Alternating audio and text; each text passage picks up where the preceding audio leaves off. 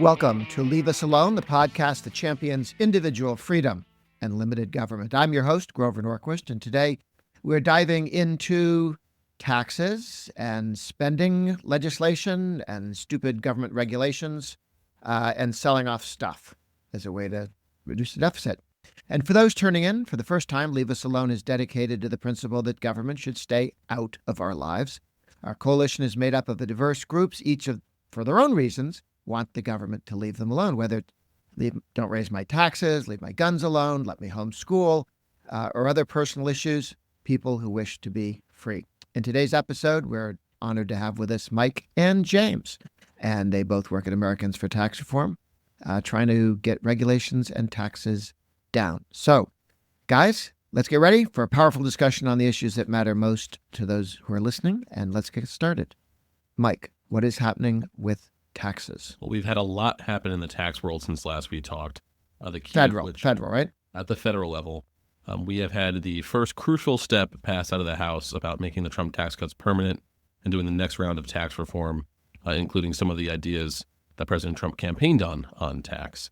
So what happened was we had about in mid-February, we had the House pass their first step in the reconciliation project, which is essentially giving out the budget instructions to the members and sending that bill to the House, to the Senate. So the Senate, we're now waiting on action, hopefully happening soon here, but we're starting to get a rough landscape of kind of what will be required to happen to make the Trump tax cuts extended or made permanent.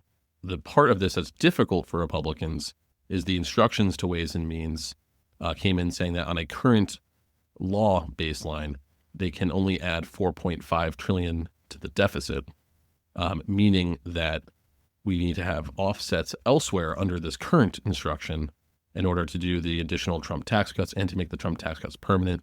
Ways and Means Chairman Jason Smith had pushed for a higher number, around $5.5 trillion. And then in the immediate aftermath of this, we had a group of senators, including Senate Finance Chairman Mike Crapo and Leader Thune, make it very clear in a letter to President Trump that they would not support any bill that doesn't make the Trump tax cuts permanent, and would push for a higher number and will continue to use a current policy baseline as their push in the Senate. Grover, can you tell us a little bit more about the baseline question and what that means? Well, it's it's all important. If you use current law, most of the Trump tax cut disappears at the end of this next year. And to make it permanent or to extend it at all, you need to, quote unquote, pay for this tax cut that we already have. So there's going to be a huge tax increase next year if we don't make this permanent out. To do that requires either you say we're going to go based on present policy, which is about 10% of the Trump tax cut has begun to evaporate over time. And we would need to do something to offset that, in their view, to make it permanent. But if you work off of current policy, you'd say, well, 90% of it's all there. Just make it permanent. And it doesn't cost anything because that's where we are right now. In point of fact, if we do nothing, there's a huge tax increase. If we pass this, basically nothing happens. The tax cut continues, the one people are used to, the one we live with. The taxes you now pay will continue. Those people who think that we should, every 5 years or 10 years, reconstitute the entire tax code, and the Democrats and some Republicans go, oh, but we have to raise taxes to counteract all the tax cuts. Well, then you never get pro-growth policy. So very big. The Senate is right. The House is wrong. Matter of fact, House leadership and most House guys are quite good on this. There's a handful of people who, for their own reasons that make no sense to me, wanted to use the current law, which makes it difficult to maintain the Trump tax cuts. They would kill the Trump tax cuts after 5 or 10 years under their rules. So we hope and look for a Senate stepping in, the adults, and saying, guys, let's make this permanent. And really all we're doing is extending an existing tax cut. There's nothing stimulative about this for the economy. The economy needs more growth and more opportunity. The one piece of this that would be really good for growth is if we make the tax cut, that one we have now, permanent. That would make everybody feel better about investing in the future. And I think what's so important about the current policy baseline is, one, it reflects reality, right? It's good luck to any member of Congress who wants to go home and tell their members that if the Trump tax cuts expired, that according to the Congressional Budget Office, under current law, their taxes aren't actually going up. It was the plan all along. So when Republicans passed the tax cuts in 2017, the plan was always to extend them, to make them permanent. I think the baseline reflects that reality. And then, really important on policy grounds, people can get lost in procedural steps. The important thing here is that we have a bill that cuts taxes and cuts spending.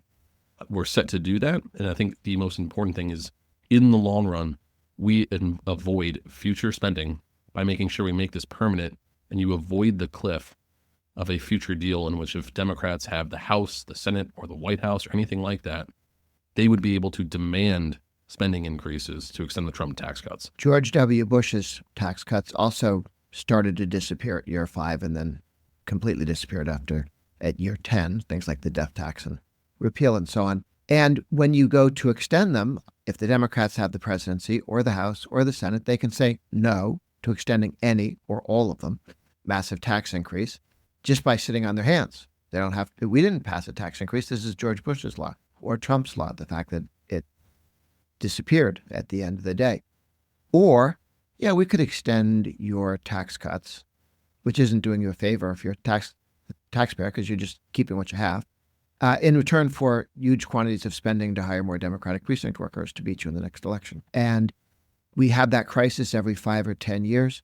Making the Trump tax cuts permanent ends that pressure point that the Democrats have, where they can either steal the tax cuts away from people in whole or in part, and or force spending hikes as part of a deal. And of course, we have the great political argument here of Democrats tend to play Calvin ball with this, where when we did extend the Bush tax cuts, when Obama was president, the Obama administration very aggressively made the case for using a current policy baseline. Now that Republicans are in power, they're of course against that, even though they were for it in the past. And then we have the hypocrisy of the way we score spending versus taxes. Roughly 30% of all federal spending right now is continued under a current policy baseline. Taxes are not.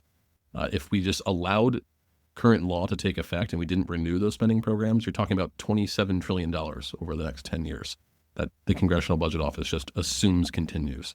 So I think this real hypocrisy of the idea that it's stacked against conservatives, that the way we score tax cuts should be scored the way we have done spending. They should be treated equally.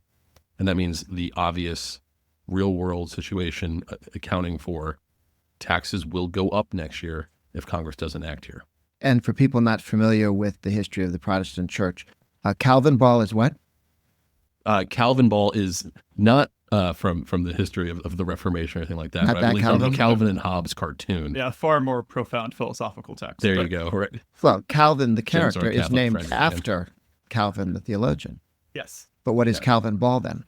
Calvin ball is the game that Calvin from Calvin and Hobbes plays, in which he just makes up the rules as he goes along. Okay. The only rule is the rules can never be the same in any two times of play. Yeah. So the bases are constantly reversing. They have to wear like different masks. There are dances you have to do for your points to be legitimate. But the point is, yes, you're constantly changing the rules. Although I should say, to be fair to Democrats on current policy baseline, they were for it before they were against it. Right.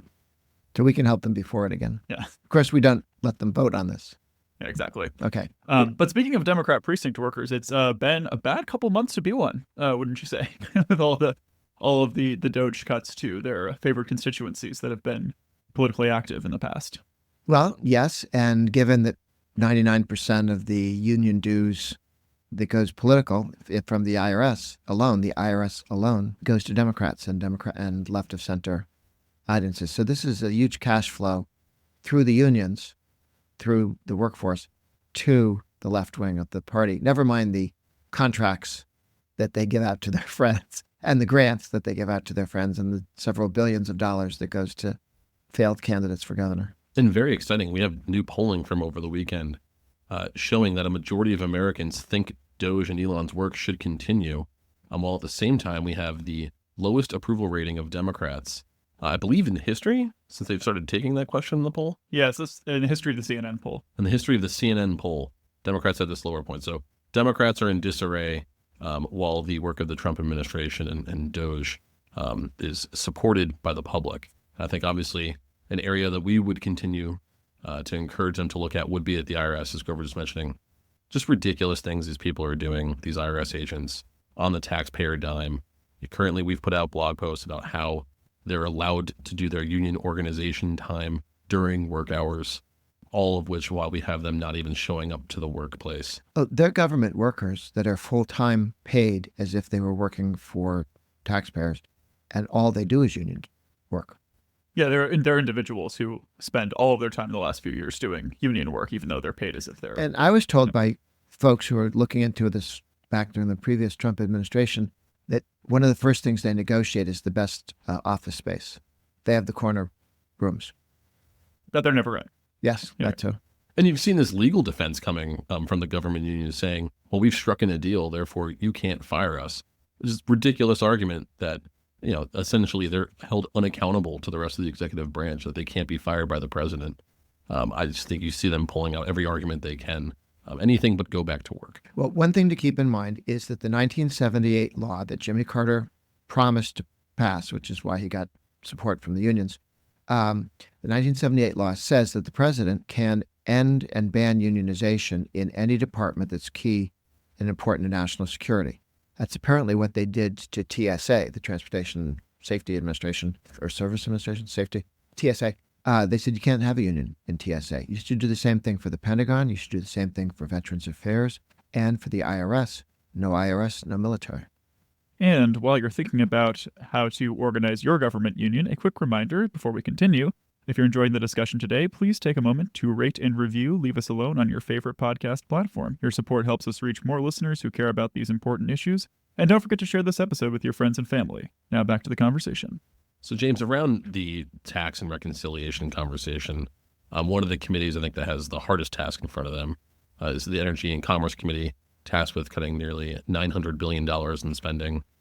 Can you give us some suggestions of where they might look for revenue to help further along the Trump tax cuts? Yeah, absolutely. So there's all of this because of the reconciliation rules. You need to balance out how much spending you're cutting and how much revenue is supposedly lost based on CBO's projections.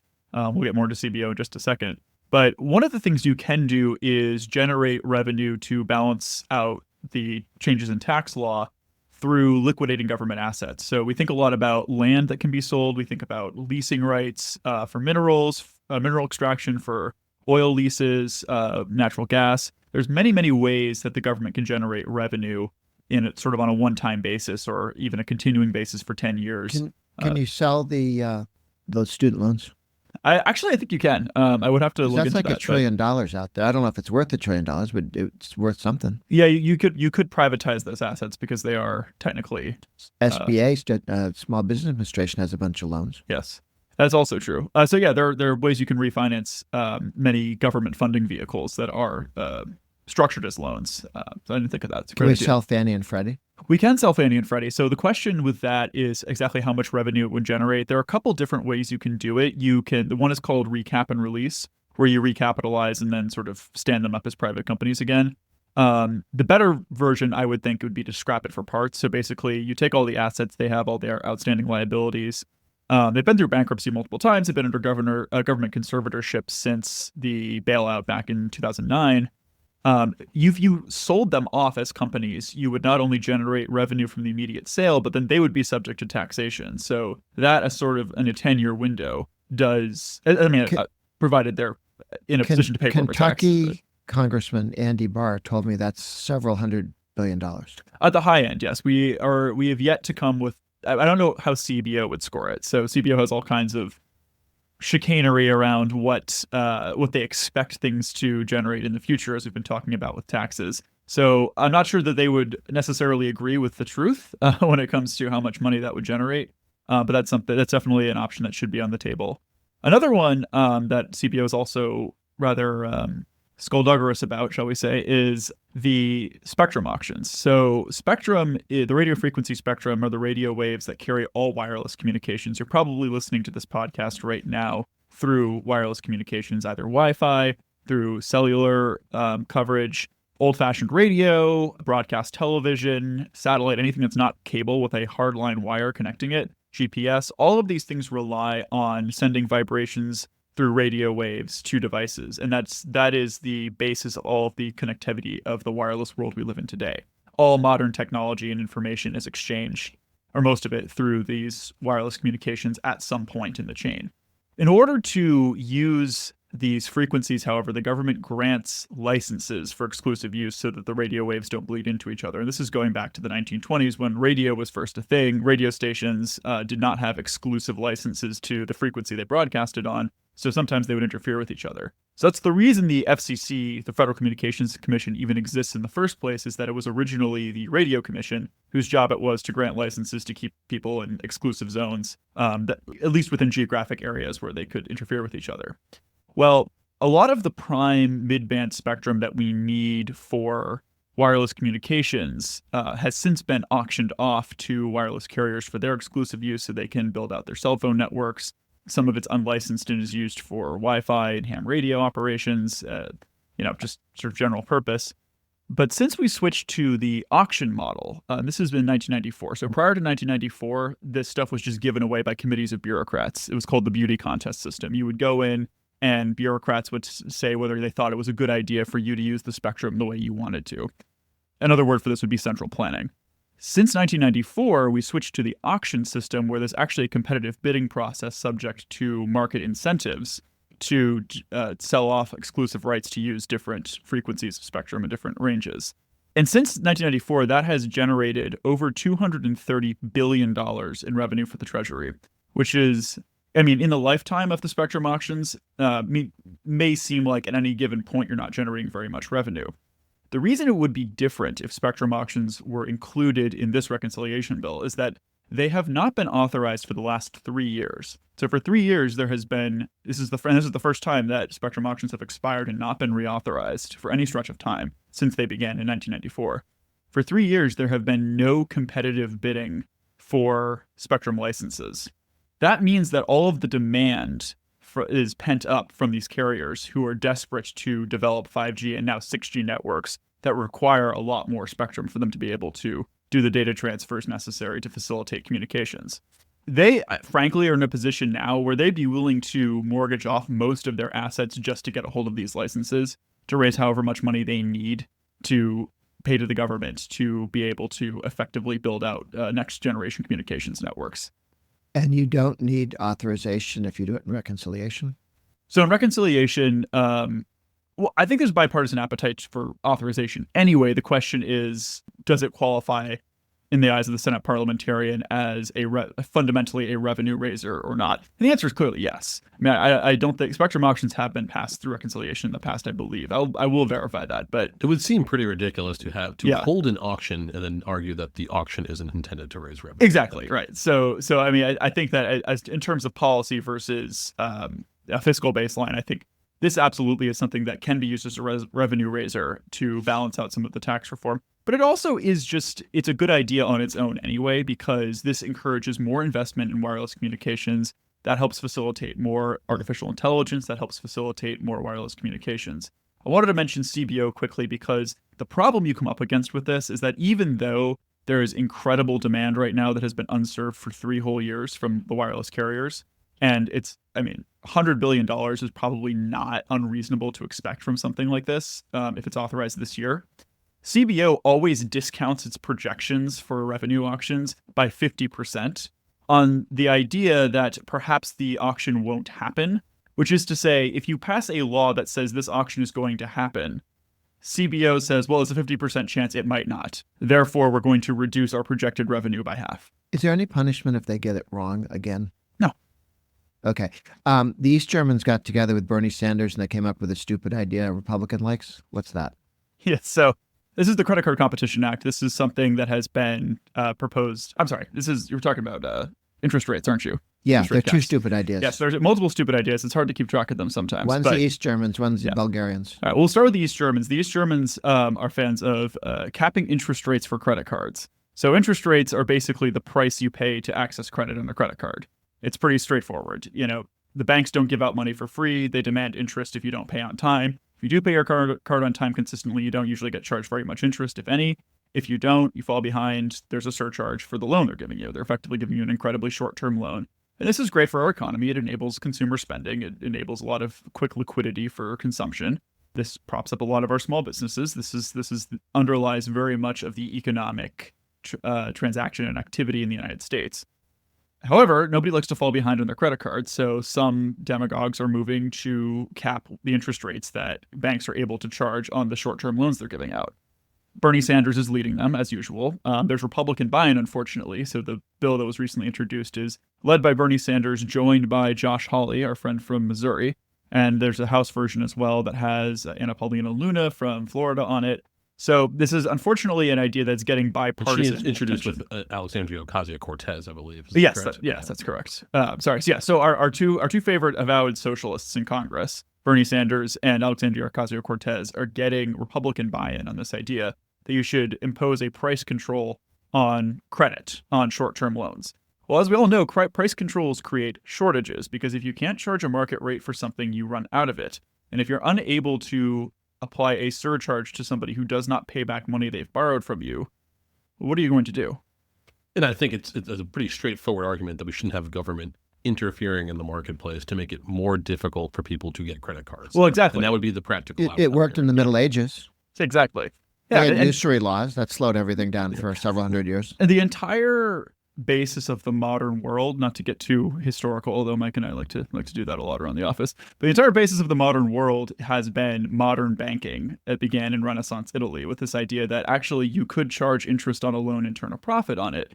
Not only does that create a large financial institution that's capable of capitalizing all kinds of enterprises, business enterprises, it also makes credit more available to more people. Because if you can charge people interest for not paying back their loans, you are able to lend to more people. If people don't pay you back and you have no way of recovering your money, you're just not going to lend your money to them in the first place. So this supposedly compassionate effort to limit the amount of interest that credit cards and banks can charge on their short-term loans is really just going to restrict capital and keep it out of the hands of your average consumer, out of your working class voter, and concentrated more in the hands of the people who have more money available in the first place. And this is another step in the failed price controls that we saw throughout the Biden administration that did not curb inflation, that Biden campaigned on. It's something that should be outright rejected by conservatives. It's disappointing to see some of these members buying into the Bernie Sanders and AOC wing of the Democrat Party, essentially as a political demagoguing to try and show that they're doing something on rising prices. If we want to be doing something on rising prices, the number one thing we should be focused on: getting the government out of our way, doing Trump's deregulation, passing Trump's tax cuts, and allowing people to have more money in their pocket. And to just bring a little more history into this, Mike, what's the oldest record we have of price controls again? I mean, we've had price controls failing since 2300 BC. And you can correct me, is it Nebuchadnezz's code that had price controls in even it? Hammurabi's code, actually, even older. But Yeah, but this is something that, and when we've seen in some populist politics, it's always to come forward with, well, we can just have the government step in. You're concerned about high prices, we'll just cap high prices. That leads to having quality issues, to having shortages of goods. And I think in this instance, what you're practically talking about is going to be far more difficult for someone to get approved for a credit card in the first place.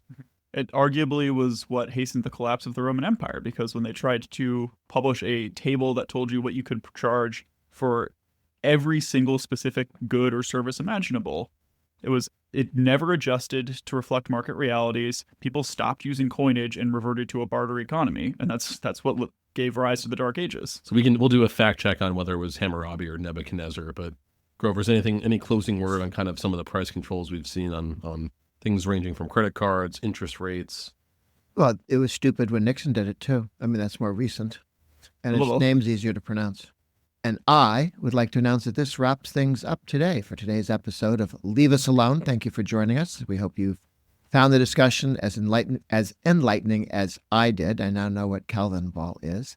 And if you've enjoyed today's episode, please take a moment to rate and review us on your favorite podcast platform. Your feedback helps us reach more listeners who care about these important issues. And don't forget to share this episode with your friends, family, and anyone else who values their liberty, not the East Germans. So stay tuned for our next episode, where we'll continue to bring you thought-provoking conversations and insights. Until then, And even after then, I'm Grover Norquist. Thank you.